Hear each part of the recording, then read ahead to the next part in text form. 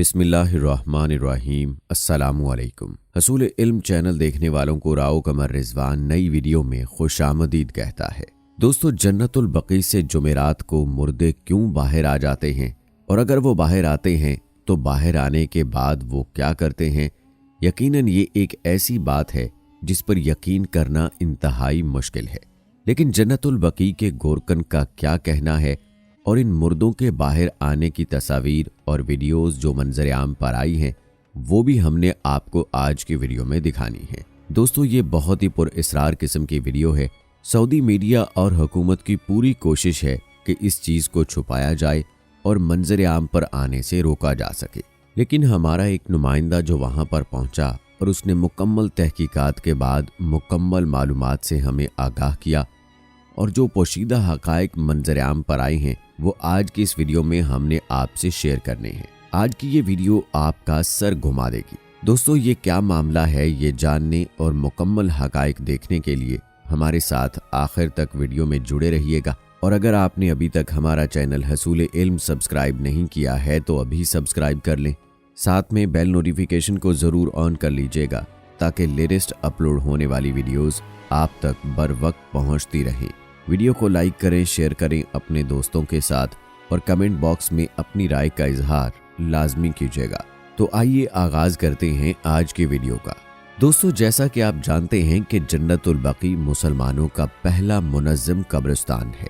ये दफन होने वाले अफराद खुश नसीब इसलिए कहलाते हैं कि इस मुकद्दस हिस्से में कई सहाबा कराम की कब्रें भी मौजूद हैं।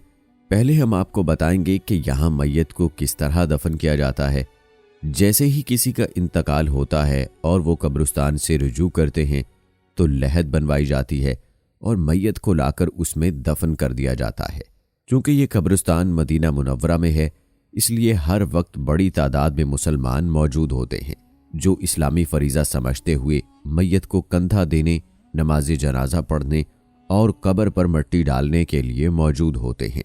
एक मुसलमान के लिए दूसरे मुसलमान की कब्र पर मिट्टी डालना बाइसे सवाब है। जन्नतुल बकी की एक खास बात यह है कि यहाँ कब्रों पर किसी किस्म की तख्तियाँ या शनाख्त मौजूद नहीं है। दोस्तों, ये कहानी जो आज हमने आपको सुनानी है अब्दुल रशीद की है, जो जन्नतुल बकी में पिछले 25 साल से गोरकन के फ़राइज़ अंजाम दे रहे हैं। 55 साला अब्दुल रशीद का ताल्लुक सखर से है।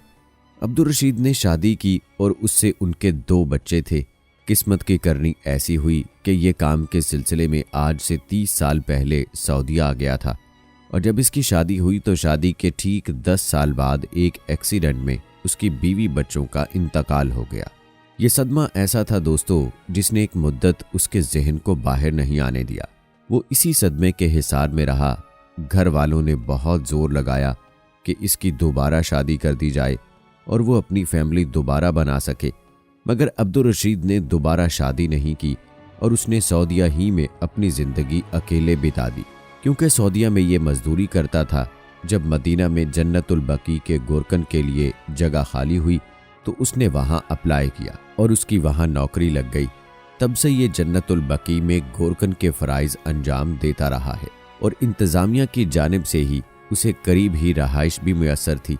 अब्दुल रशीद का कहना है कि उसने जन्नतुल बकी में ऐसे ऐसे मोजज़ात और करिश्मे देखे हैं जिनका आम शख्स तसव्वुर भी नहीं कर सकता और लोगों को ये सब बातें सिर्फ झूठ ही महसूस होंगी, लेकिन उसने अपनी आंखों से बहुत कुछ देखा है। और अभी हालिया जो बातें अब्दुल रशीद के सामने आई हैं वो वाकई एक आम शख्स को हिलाकर रख दी। अब्दुल रशीद ने बताया कि कुछ साल पहले जब वो रात को एक कब्र तैयार कर रहा था, रात के तकरीबन 2 बजे का वक्त होगा, तो उसने एक अजीब मंजर देखा।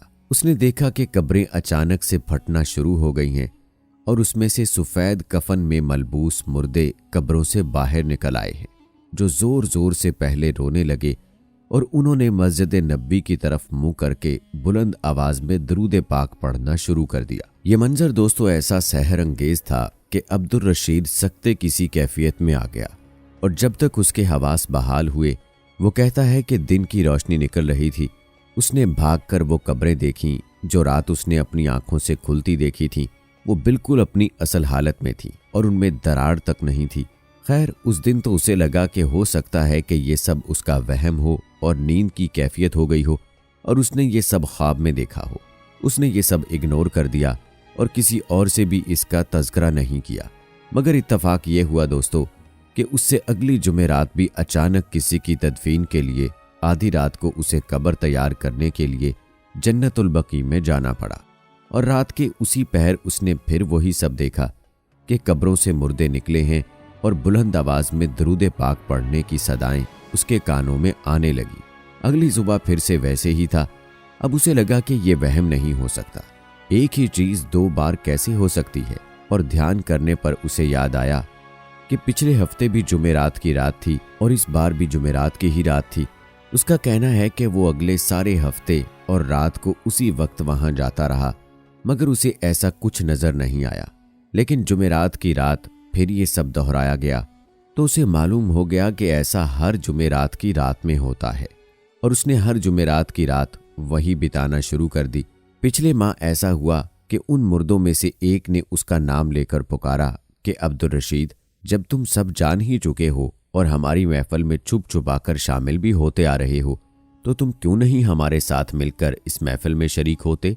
आओ और हमारे साथ मिलकर दरूद पाक पढ़ो। अब्दुल रशीद डर गया और वहां से भाग आया। उसने अगली जुमेरात को अपने साथ कैमरा लेकर जाने का सोचा। वो ये सब मंजर कैमरे में कैद करेगा और लोगों को बताएगा कि यहाँ हर जुमेरात को ऐसा होता है। उस रात उसने उस मंजर की तस्वीरें और दरूद पाक पढ़ते मुर्दों की वीडियोस भी बना ली। घर आकर उसको देखा, तसल्ली की और सो गया। फिर उसने एक सऊदी मीडिया से राब्ता किया और उन्हें बताया कि उसके पास ऐसी कोई खबर और मवाद है जो दुनिया को हैरान कर देगा। मीडिया वाले उसके पास आए, उन्होंने उसकी सारी कहानी सुनी, बात सुनी और कैमरा फुटेज देखने का बोला।